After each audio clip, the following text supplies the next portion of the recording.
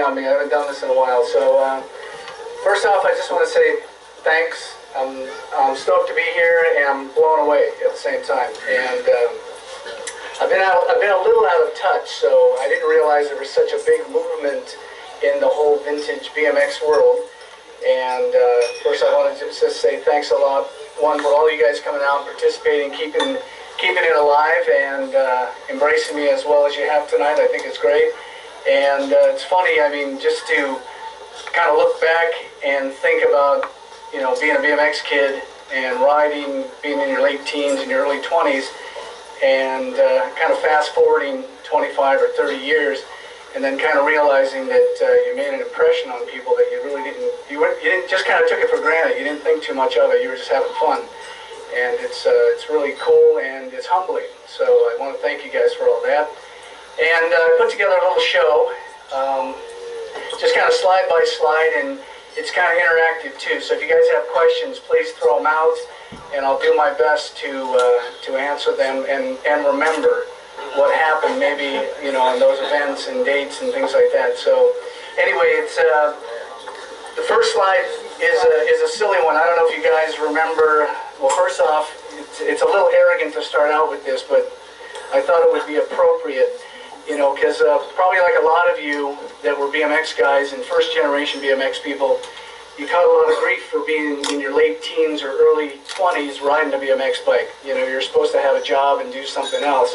So, you know, I was a perfect, you know, I was a perfect example of that. I got a lot of grief at home from my family, as well as I actually lived with my uncle for a while when I was in my late teens, and he used to always tell me, when are you going to get off that damn bike? That's what he always told me. And so as my business grew, you know, and I finally could afford to buy something nice for myself, I bought a car that was a little fancy, and this was, I thought, would be the appropriate license plate to kind of rub it in his face. So it was, I had a BMW, a little 633, and you know, when you're like, I think I was 22 years old with a $40,000 car, so it was a little obnoxious, but it felt good. So I guess to give you a little history, and I know probably a lot of you know this already, but before BMX, I was a motocross guy. I wanted to be a motocross racer. I grew up in San Diego, and you know, I had aspirations of you know, being a racer and all that. But at the end of the day, I was more of a show-off. You know, I was better at doing wheelies and jumping and things like that, and would go and compete. But I found out quickly that motocross was expensive, so I tore my bike apart. And last time I tore it apart, I couldn't put it back together. I was riding, my brother Scott actually had a BMX bike before me, and I used to play on that, and that actually got me into BMX. So I think I was around 16 years old at the time. So anyway, these are some old shots in San Diego. All this now, unfortunately, is gone. It's all houses, of course, in Southern California, how that goes. So tonight's presentation is, some of it's in chronological order, a lot isn't. So I'm going to jump back and forth, and again, if you have any questions, throw them out there. So again, the early days for me were the late 70s, and kind of turning points in my life were, you know, obviously doing the BMX number plates was the first thing that we did, and that was an offshoot of being a motocross guy and wanted to have a cool number plate on our bikes, and so we handmade them. And you know that silly story of making them at my home, cutting them out in the living room and bending over my mom's kitchen is absolutely true. We did them one at a time. It was a lot of fun, but it started a little business, a little empire, a little small empire. A guy that was really instrumental to me was Scott Breithaupt. You know, probably like a lot of, I know Scott was here a couple years ago and spoke. He's a wild guy, good guy. He's got funny stories, but he was the kind of guy that he changed my life. I got introduced to him, got invited to join him on tour. And actually, he hired me, and the only thing I really remember is I did have a business card, and there it is on the bottom if you can see it. So my job was advertising and public relations. I didn't know what that meant. All I knew how to do was draw, so that was kind of my main job. And if you guys, I saw there's a lot of SC Racing logos around here, and that actually, the logo came from me originally, and that was on tour in '77. Scott, I was doing drawings because I ran out of money on tour. And so I was making a little extra money on the side doing characters, drawings of BMX guys. And one of the things is I penned a little SE logo. So that was the start. a few months later, I saw Scott at a race, and that was his new corporate logo. So he came to me and said, "Hey, what do you think of it?" And I was too shy, and I was like, "Oh, that's great, that's great." Where's my check, dude? But anyway, no, but he helped me out, so I guess it all reciprocates. But the racing thing, I just threw that in there again. Early things as a BMX kid, just doing logo designs and things like that, in the bicycle sport. At the same time, again, product of Southern California is you got to be a skateboarder and a BMX guy and a motocrosser and all these kind of things. So freestyle was a culmination of all that stuff. So, where I lived, about a mile from my house was a skateboard park, and what perfect place, to obviously learn skateboard tricks, but also we always wanted to get our BMX bikes in there. So that was kind of the birth of freestyle. And at least for me, and so again, some old pictures of me. I was okay. I wasn't great at it, but I was again better on a BMX bike. So again, early days in the back of Wizard Publications. RL's on the right there. We both had the same hairstylist, and so we're just practicing. We had our little mini ramp. It was you're 18 years old or 19 years old, I think, in better shape, and what better job could you have as a kid right out of high school? You're working at a BMX publication. Your job is you draw for a magazine, you go to BMX races, you write about BMX races, you hang out with your friends, and on break you ride in the back of the shop. So it was a pretty cool place. It was a lot of fun. All of us were just wide-eyed kids just having fun, and obviously this shot kind of shows us doing that. The other deal we used to trip out on is that all these different companies would send us things for free. So we'd have all these new products that we could play with and ride and destroy and everything else. So it was, again, kid in the candy store type of thing. So it was a whole lot of fun. You've probably seen that shot, just shots of doing early fakies and things like this. This was at my warehouse up in Torrance. Again, this was late 70s. Just more shots of old things that before Haro bikes became Haro bikes. Again, number plates was the primary business that we did and I was doing, and it was kind of an offshoot again of being a creative person and a designer. So we were doing making the number plates obviously by hand, but now we're getting a little more high tech. We were making stickers and putting them on the plates. The photo up on the left was from St. Paul Civic Center. I don't know if any of you guys were at this show. All right, good. Because I found this photo and I couldn't remember where the hell it was from. So anyway, this week has been a little bit of a whirlwind. We had a lot of stuff going on at the office, and at the same time, I committed to coming here a year ago. And of course, like the procrastinator that I am, I've spent the last 3 or 4 days trying to dig through old photos and things like that. So it was interesting to go back and look at all these photos. I think for me that the image on the right was kind of fun. Just again, showed at the time the title in the magazine when BMX Action was going on. Again, in the early days of the magazine, my job was staff artist. I wasn't even a test consultant. So RL and Mike and all the guys, they had the big titles. I was just the design monkey. So, yo. Oh, I got paid. I think I got $3.25 an hour or $3.75 an hour, or something like that. And then I did a lot of design work on the side. So again, early shots here. Middle shot of riding on a torquer, old torquer shot there, and just kind of cool classic moves. So you guys, for me, when I look back on my BMX photos, they seem really boring in comparison to all the kids nowadays because they're just doing such amazing tricks. I think, the style that we were doing back then, again, it was freestyle when it was in its infancy, and a lot of things were very skate-inspired, so it was a lot of carving moves, a lot of ramp moves that came out of skate parks and things like that, so. Who thought of them? That's right. Please make a note of it.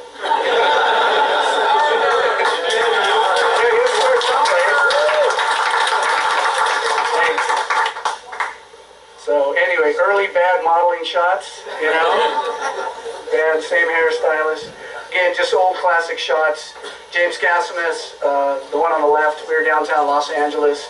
we kind of had to go in there and kind of Rambo these shots. We went in there and security was around, and James was a skateboard photographer first, and I got him into the BMX scene, but he knew a lot of really cool spots to go, and so we were downtown LA. We'd go in there, security cameras, and bang out a bunch of photos and then take off. So it was a lot of fun. The shot on the left is from Germany, and we started doing tours, and you know, again, the early days of BMX, you were basically the side act. You were the sideshow, because when you told people that you rode freestyle BMX, they didn't know what it was. So the cover shot off of my book that I did, Freestyle Moves. I don't know if any of you guys have any of those. You got any Freestyle Moves book? You guys, anybody get hurt reading that book? Your attorney's calling me? So, again, those are early shots. Ramp stalls, you know, again, this is at my old shop in Torrance, just goofing around. So now we're kind of moving into some tour shots. You know, the life on the road in the early days is probably much like it is nowadays, but you know, it's a lot of fun when you're in your late teens. I know Brian's here, he can tell you some stories, and Todd and you guys. So, but when you're in a van with your buddies for 3 months on end, everything gets old. You know, the jokes, everything. So, but it's a lot of fun, it's a lot of craziness, and you know, for a guy like myself, you know, grew up in Southern California, I never experienced humidity until I got in my van and came back to the Midwest and the East Coast. And, you know, again, met a lot of people, you know, like you guys, and it was a lot of fun. Again, we were green. We didn't know what we were getting into. We were just, again, having fun doing shows. We used to book the shows, and you know, I had a lady that worked for me, and she would basically, we'd call up dealers, bike shop dealers, and we would schedule a show. We didn't know where we didn't know where the town was. We didn't know where we're gonna do a show, and they'd say, hey, we got an area here. It might be right in a grassy area, and we're doing a freestyle show. You know, we need pavement. So the first years were really difficult, a lot of learning experiences, but it was a lot of fun at the same time. How did you hook up with Torker? I mean, did you approach them like you did with JP? Torker, I'm trying to think, how do I get connected with Torker? I think through the magazine. When I was working at the magazine, and I don't think they, you know, I was just using their bike. Again, it was probably a free deal at the time. You know, it was one of those deals, you got a frame set and you're sponsored. So it was one of those deals. So that's how I got connected with them. But I liked the bike. The bike that I had was modified, obviously, with, you know, heavier dropouts and steeper geometry and things like that. But it worked out to be a good baseline for a freestyle bike. So the upper picture is, you know, fallout from tour shots of us just cruising down the highway, getting pulled over, and, you know, but that's just part of the life on the road. And you can see in the shot on the right, you know, the accommodations were first class, you know, with all our bikes that probably some of you guys here have now. So I got to tell you, I wish if I had known that all this stuff that we had and rode and made was going to be worth something in the future, I wouldn't have gotten rid of anything. So I didn't save any. I saved only very few things, and I think a lot of that just, you know, we would go on tour and go on the road, and at the end of the tour, it was just, I want to get rid of everything because I don't want to take it back with me. And so you're selling your vans, you're selling your everything, jerseys, everything, and you come home with a wad of cash, and you're like, oh, it was great. Now you guys in eBay are killing it. So good for you. Taking again your passion as a rider, as a guy that works, a kid that works in a magazine, and then also you like to draw and sketch, and you know, this was kind of an offshoot of that. So I have a bunch of other illustrations here to show you, but yeah, my job at the magazine was, we're working on, you know, Oz would come to me and say, hey, we're working on an article on crashing or racing tactics or something like that, so I had to kind of illustrate that, so it was a lot of fun. Hey, Bob. Yep. I was kind of curious, how long would it take you to whip out one of them drawings? It actually would take a few hours, 3 or 4 hours, yeah. If I'd been practicing faster, if I wasn't, it was slower, so. Yeah, I didn't know if it took a couple days or...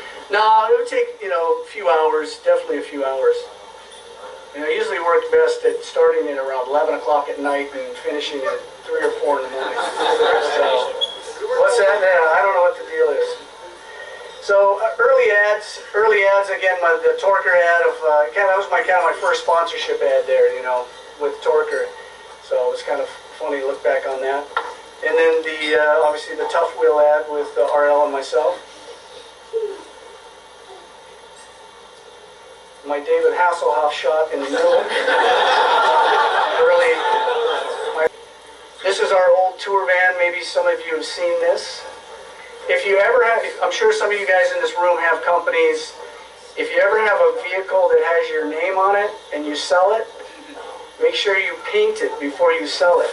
Because we sold it in San Diego, and I'd see that thing going all over the town, just hammered. And my friends would say, "Hey man, I saw your van going around." I'm like, "Oh, I don't own that thing anymore." And it looked like it. So you got to be careful. It might be on a police chase or something. So you remember that silly little movie called E.T.? These are some shots from the movie E.T. That I happened to get into on a fluke. I got a phone call one day. I came back to my office, had a message on my desk. It said, Casey, my secretary, said, "Hey, some guy named Jerem Schwartz called. They're doing a movie and they want to know if you want to ride in it." I'm like, "All right, you got my attention, you know." So I called the guy up and they said they're working on a film. It was called A Boy's Life. It wasn't called E.T. at the time. And so I went out to a casting call, and they had a bunch of other kids. I was the oldest, again, probably 21. And the other guys were from a local BMX track. And we went out there. We basically, you can see the terraces in the back where they build houses. And we had to do our little run down there, show them that we can ride a bike, and we signed up. And the movie industry, if you're not a SAG member, if you don't have your card, they don't want to pay you very much. So, you know, they wanted to give us like $50 a day to drive, or to go out there and ride all day. And where this was shot was out in Northridge, California, which is in the valley, and it's hot out there in the summertime. And so I told the guy, "Hey," I said, "I'm not coming out here for $50 a day, you know." And so we worked out a deal, and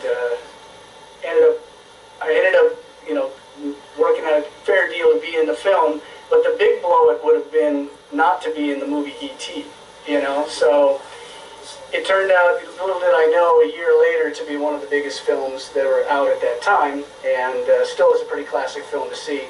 And the parts that we played, I was the kid with the ski mask on. That was my big job, was to do the stunts for the actor. So I'm the kid with the mushroom haircut and the red shirt. And so this is all kind of behind the scenes, getting things set up. This is me on the far left here. This is just, again, filming in the movie E.T. And I was running camera. You can see I got the camera belt on, and there was a boom off the back of the BMX bikes for some of the perspective shots and things like that. So it was a lot of fun. We worked a couple weeks on the job. The guy in the ball cap, if you see in the right shot next to the, you know, looks like a captain's hat, that's Spielberg there. You know, it was before he was really big. And again, we're just BMX guys sitting on top of these cars with all these commotions going on around you. And they're setting up these shots, and you know, you're just kind of taking it all in. But it was kind of fun to look back on now. Again, more shots. You can see E.T. in the basket there.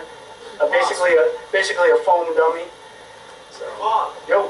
how did they choose Haro to be the? I think that was Howie Cohen from Everything Bicycles put that together. I don't know how that came about. So. Are you able to tell us approximately how rich you got off of this? I didn't get very rich. I made like $350 a day. This was a cool shot. This was, again, James Cassimus, my friend and photographer. He came out, and he, again, just, if they would have known he was there, I'm sure they would have not want him to take pictures, you know, behind the scenes of what's going on. He was basically just standing up on a hill, just, you know, banging out photos. So got a couple cool shots there. All right, we're moving into a little bit different area here. Is this ad on the left, and it's why it's significant is this was really the first ad that I did for my business. And at the time, it wasn't called Haro Bikes. You know, it was called Factory Plates. And that's because the only thing we made were number plates. And so this was our first ad that we put together, obviously in BMX Action magazine. I was living at home still. I had done it, and actually, excuse me, I wasn't living at home. I had to rethink that. I was living in Torrance at the time. So I just remember having our P.O. box, and we'd get so many letters. It was unbelievable how many letters. You know, I was a kid that was making these number plates, but basically by hand, and a couple of the kids in the neighborhood helping me out. So I was overwhelmed. So if any of you guys ordered things in the past and I was a little slow, I had good reason. I was understaffed. 4 to 6, that's right. So. Can you tell us about the brake lever on that? The brake lever. What do you want to know? Was that the second thing you made? Or? Actually, well, that was probably the second real product that we made. Everything else we were making were numbers and things like that. The brake lever came to me. There was a guy that I knew at the BMX races. He was a machinist, and he had an idea for this brake lever. And he came to me and said, I like what you're doing. Why don't we collaborate? And that's kind of where the birth of the brake lever came about. And there's a famous Brian there. Brian Wilder.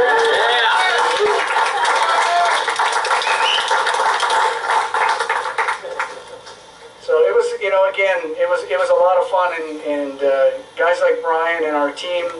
I think for me, the really cool thing is, you know, we didn't take it too serious. We were all just having fun. We were all, I mean, Brian, how old are you on our team? 17, 16? 19, 18. I think I started 17. Yeah. So I was a solid 25, 26. So, you know, kids were running the business. So it was a lot of fun. So being on tour, and I mean, you're just doing what you like to do, you know, hanging out at BMX races, hanging out at freestyle competitions, or, you know, it was good fun. And you had the best riders on your team too. So it was a crazy time. There was a crazy time at Haro when we had basically just the powerhouse team in the freestyle market. Then we hooked up with Pete Lonkarovich in the BMX market. So back in the day when freestyle guys wore uniforms, when all went out of fashion. What's that? And use number plates. We didn't know any better. So now we're going into a fashion change now. Obviously, we started going with the demo tops and started, you know, kind of loosening things up a little bit. So this was kind of the next generation of freestyle guys were starting to come on.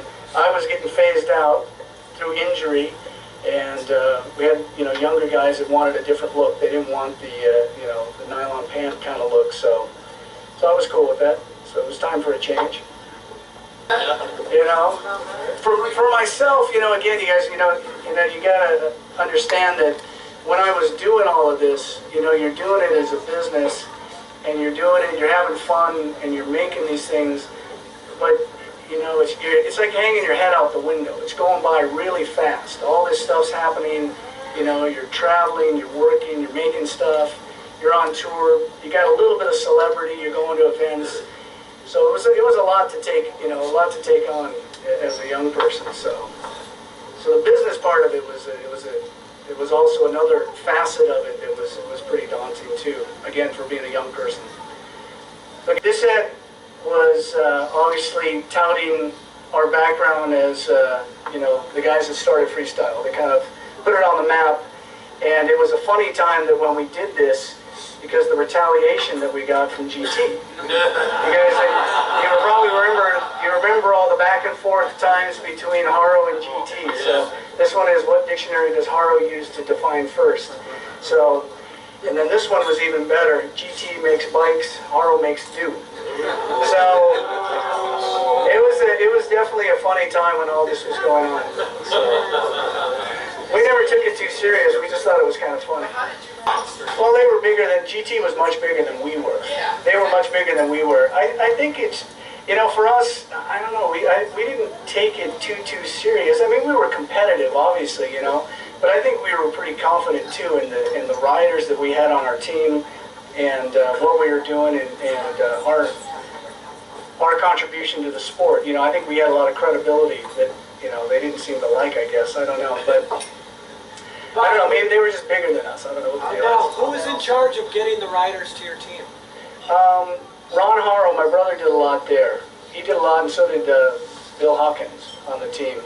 I did in the early days when I was traveling more, but Ron and Bill basically took care of the riders and stuff like that. Brian, I think that's you, isn't that? Yes. Okay. Make sure I say the right guy. I don't say Dave Volker. I think that's Dave Volker, isn't it? No. I wasn't cool enough for your company. Oh. Did the light go dead? Did the light? Check. Shots fired. So, Bob Osborne. Again, I know he was out here a few years ago. Thank you, sir. He was out here a few years ago, and you know, I can't say enough things nice about Bob. He really helped me out. I mean, probably in all of our lives, there's people that kind of change your course and what you're doing and kind of set you on a new course, and Bob was that guy for me. So again, as a kid of 18 years old with talent but no direction, I moved in and to Oz's house. He was kind enough to let me stay there and gave me a job. My parents just got divorced and basically kind of whipped me into shape. So he's a good guy, and you know, like in any relationship, you have your ups and downs. So we've had our ups and downs, but overall, it's still really, he's a great guy. He's done a lot for me. So there you go.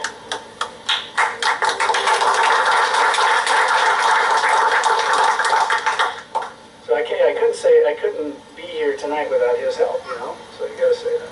Early shots of test days of me as a test pilot at the magazine. Again, on-the-job training right there. You got to go ride and do 1,000 berm shots as they take pictures. So they're going to get one good shot out of, you know, 10 rolls of film or whatever. Hey Bob, when they sent you stuff to test, what happened to those bikes after the testing? Some went back, some disappeared. Yeah, it kind of vaporized. I don't know what happened to them. I didn't get them all. I know that I got a couple. I had a nice GJS. Yeah, you did. I did. I had really nice. Were there any GJSs at the event today? Yeah. Nice. That was a cool bike. Yeah.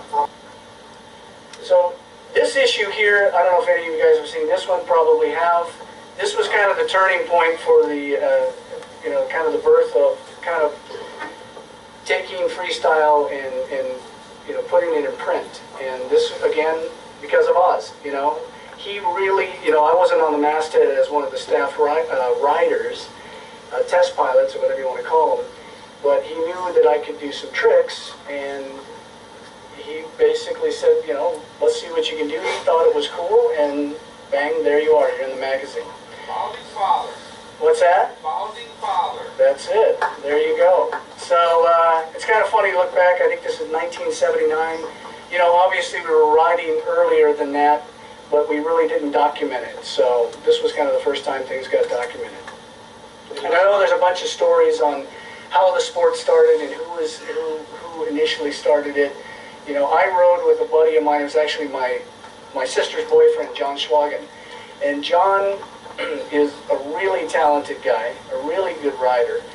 But you know, it's one of those deals. He didn't move to Los Angeles. I moved from San Diego to Los Angeles. Got a job at a magazine. It's like, you know, Star Search. You got discovered. So for me, that was the opportunity, a defining moment in my career for bike riding that changed things. John stayed in San Diego. If he would have moved to LA, he would have been really well known today. So for me, he was, you know, he was a guy that I rode with and really helped me develop my style and stuff like that. But so, shot on the right is Chandler, Arizona. Was anybody there in Chandler, Arizona? Yes. Wow, amazing, nice. So again, the early days of freestyle BMX, and again riding on ramps with dust all over them from all the BMX guys. So it was always a little sketchy, but you did it. It was a lot of fun too. Bob? Yep. How long from the time you started doing freestyle did it finally appear in the magazine? What kind of a gap was there before it got any kind of coverage? There were probably 2-3 years. You know, again, it was the transition of leaving San Diego, moving up to Los Angeles, and then kind of getting in the mix of the BMX crowd, which was in Los Angeles that was going on. So that's when it kind of became discovered. So I was, again, I was a BMX racer first. The freestyle stuff was just being a show-off. So that's kind of where that came from. How'd you get your job at BMX Action? What's that? How'd you get your job at BMX Action? BMX Action, I sent Oz drawings. I sent him some sketches and things like that. He liked them, and I met him at a BMX National in LA, and that just kind of got things started.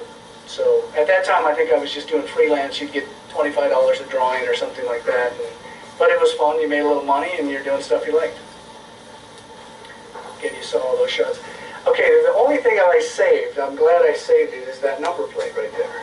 So, and it's in perfect shape.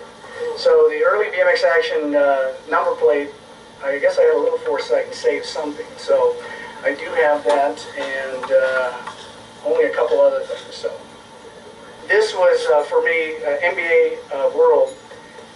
This magazine, Jeff Utterback probably remembers this. Yeah, and there's my ABA license as a rider there. I got it down in the lower right corner. I did save some of these things, and that's an early sketch that I did. Again, riding out Simi Valley, up in the valley in Los Angeles, which was a lot of fun. They had the night races there, and the really cool thing was they had that disco there, or whatever, it was right next to the track. They had all the teen dance center. So they had a lot of cute girls there. I just remember that as a kid. That was before I was married,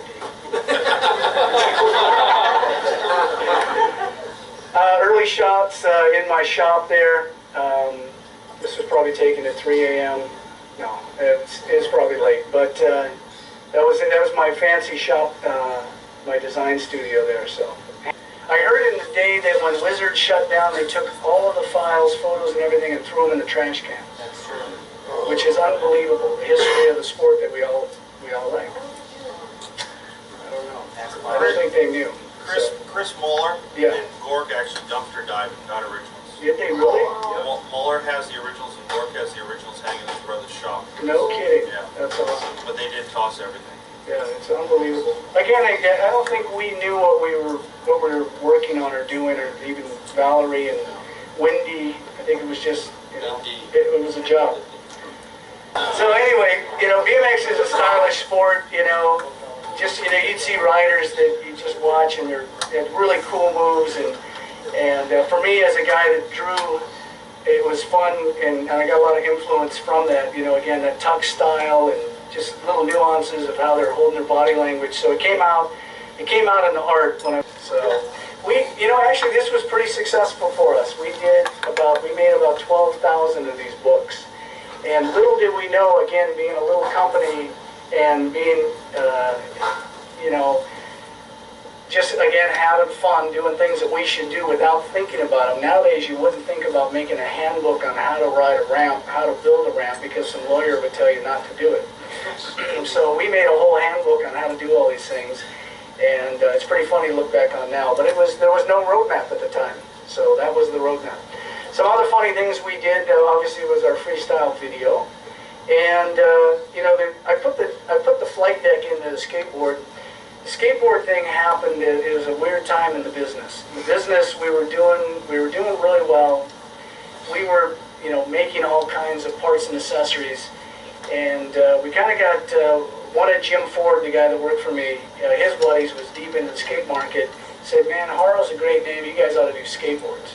And I just kind of rolled my eyes. I didn't think too much of it, and so that was kind of Jimmy's project. Jim's background, Jim Ford, that worked for me. He came from a skateboard company called Kryptonics. They did wheels.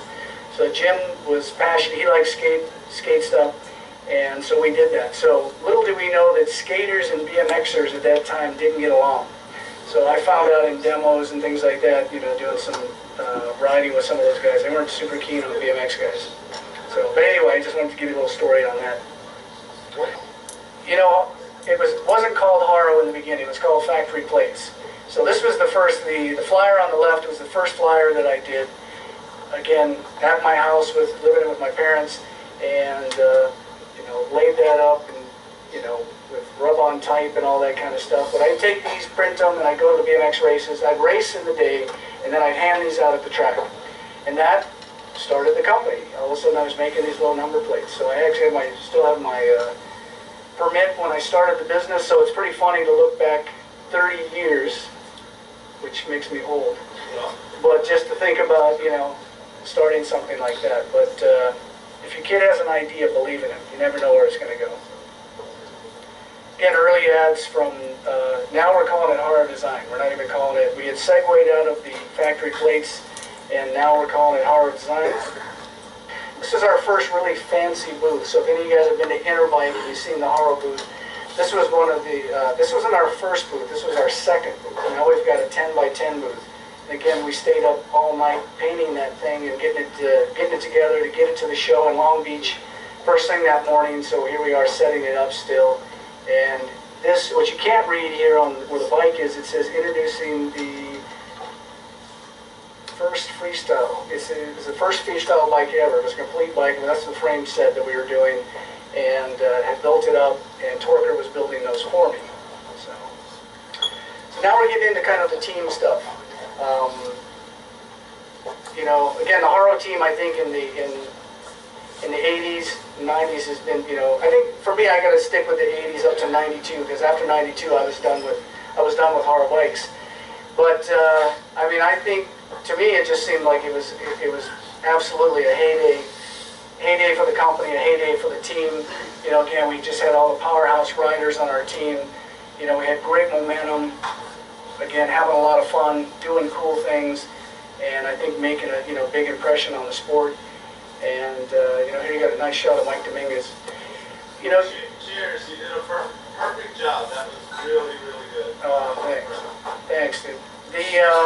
You know, for me, the segue of out of being a rider, you know, the reality as a rider for me was, I think I was 25, and I kept getting hurt. I kept injuring my knee and popping my shoulder out.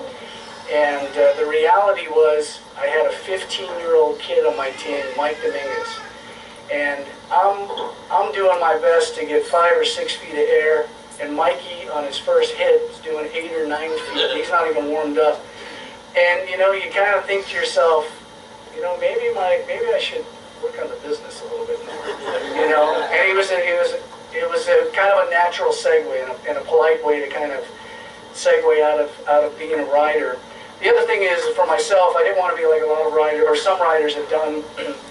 They keep trying and they keep doing worse and worse. I just kind of wanted to stop altogether. So when I kind of got hurt the last time, had the last knee surgery, I stopped. Oh, I'll tell you another story. Again, you know, the silly BMX stories of, you know, all of us probably have encountered, whether it's parents or people you work with, why do you do BMX? You know, I mean, obviously it's for the love of the sport you like, but, you know, like, for these guys, you have to remember, all these guys, you know, we're all late teens, you know, maybe like Pete was, again, early 20s, and these guys were making really good money being a top pro in the sport of BMX, plus sponsors and things like that. So it kind of validated what we're doing, and, you know, I remember, you know, Pete was, you know, at that time I think he was making more than $150,000 a year, which in the early 80s is not bad money, you know, it's not bad today, but, you know, it's pretty amazing. This is a fun shot here is all of, you know, again, this period of time, you know, Jeff Utterback, we've got Stu, Clint Miller, Pete, Harry, John Pyatt, Greg Hill, Bob Morales.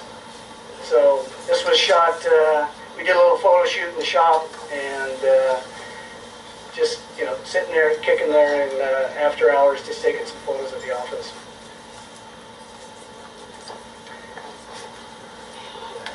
This is kind of a fun shot here. You got Mikey King, and what's the guy's name? Matt Hoffman. Matt Hoffman wearing his BMX jersey. So I thought this was a fun one I found. This was an old Polaroid from an ad shoot that we did, I found. And then a cool shot of Brian up there. Brian, how old are you there? 14. That's why you're around. I thought it was a cool shot. And of course, Greg Hill. Probably a few of you have met my brother Ron Haro. So he was, you know, initially his job was to go out and take care of rider support. So he was the guy at the Haro, at the races, giving away free Haro stuff. So who knows how much free stuff he gave away, really. But he was very helpful with the company as well as it was growing. We did have our fights on the road. As I don't know if any of you guys have brothers that you fight with. So sisters or brothers, yeah. Some old shots. I thought the only reason I thought these were interesting is just based on the fact that, you know, all these different companies chose to have Haro stuff in their ads. Schwinn, Diamondback, you know, Bell helmets, obviously having our riders, but a lot of number plate shots at the time, Torker shots with number plates. And then remember the great scooter craze. We even got in that. So then Mike Dominguez down in the lower corner in the Diamondback ads. So early shows. Again, our shows when we went out on the road were pretty basic. You know, we'd book a shop. The shop would print up flyers, and we'd roll in. There'd be anywhere from a few kids to a few thousand kids. So if you saw any of our shows when we rode, I appreciate you coming out and driving as far as you did. Me and Mikey Dominguez, I think we were in, we were in Europe someplace there. But again, we're doing shows at malls. I mean, we weren't picky. We do shows any place. So here we're at a shopping center. I think this was in Belgium, actually. So we're doing shows there. And then kind of the classic shot here is on the right is, you know, kind of why I stopped riding. You know, doing real simple tricks, and I blow my knee out. I was waiting here for the ambulance to come at a show in Rhode Island, and that's my show, guys.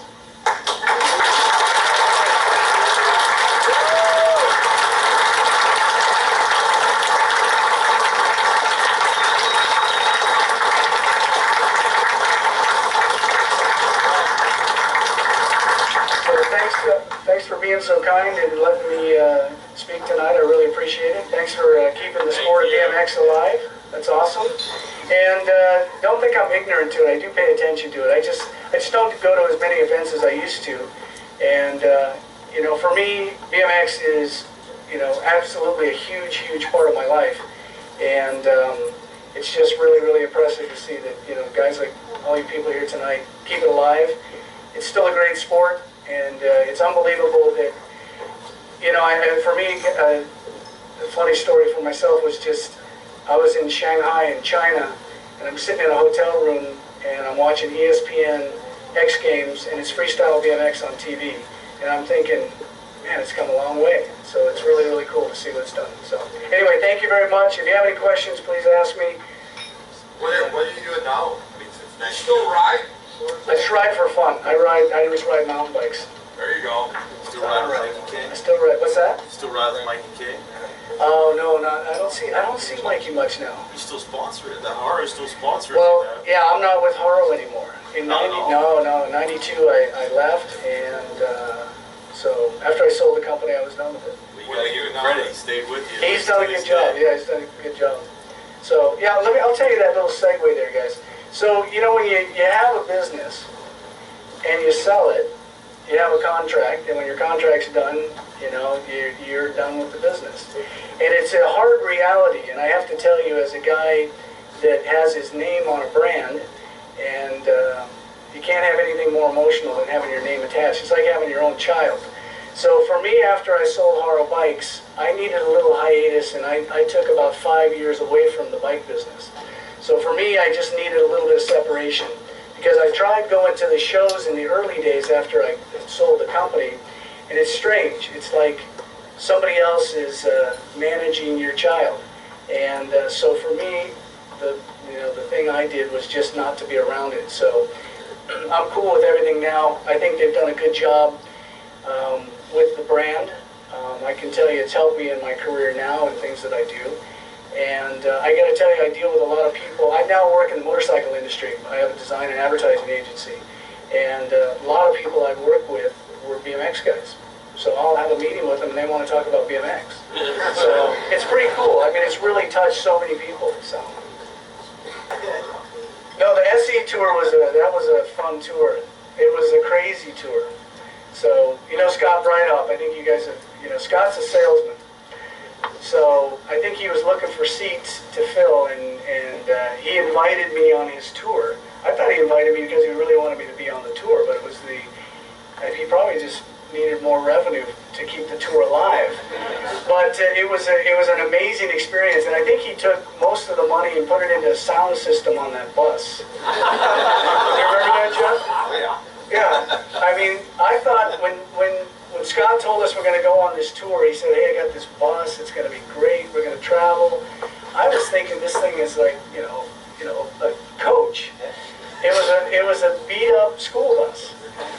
with about $5,000 worth of stereo equipment. And it was so loud all the time. So I actually got kicked off the tour. What's that? Were you in his pizza rack? Oh, I've done that. That was Bob Hadley had that too in his car. We did a lot of crazy things on those tours. I'm surprised no one got killed.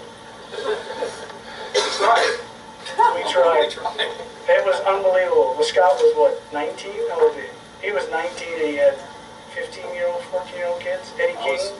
First year I was 13, second year 14, third year 15. It was unbelievable.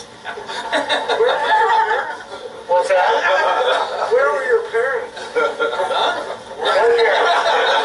70s. Oh, it was crazy. We would go down the highway. I remember I was in Bob Hadley's van.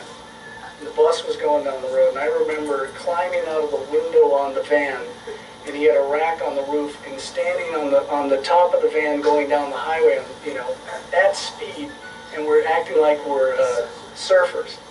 And I was just thinking, if he would have just slowed down a little bit or hit the brakes, what would have happened? But we just did crazy things, and pellet guns on the freeway, and fireworks, and again, we're California kids. We don't have these fireworks stands, so it was a lot of fun. Well, as far as making accessories and parts, how did you get into frames and frame design? Did you have any part in that? The frame designs came about when I was riding for Torker. So I was working with them, and just basically it was like rider feedback. You'd work with the manufacturer and tell them, hey, I'd like steering geometry to be a little quicker, like the top tube to be longer. I keep bending dropouts. Can you overbuild these? Do things like that. So it was kind of that kind of feedback. They had engineers on staff. I'm not an engineer, so. Bob Haro, guys. Thanks, guys.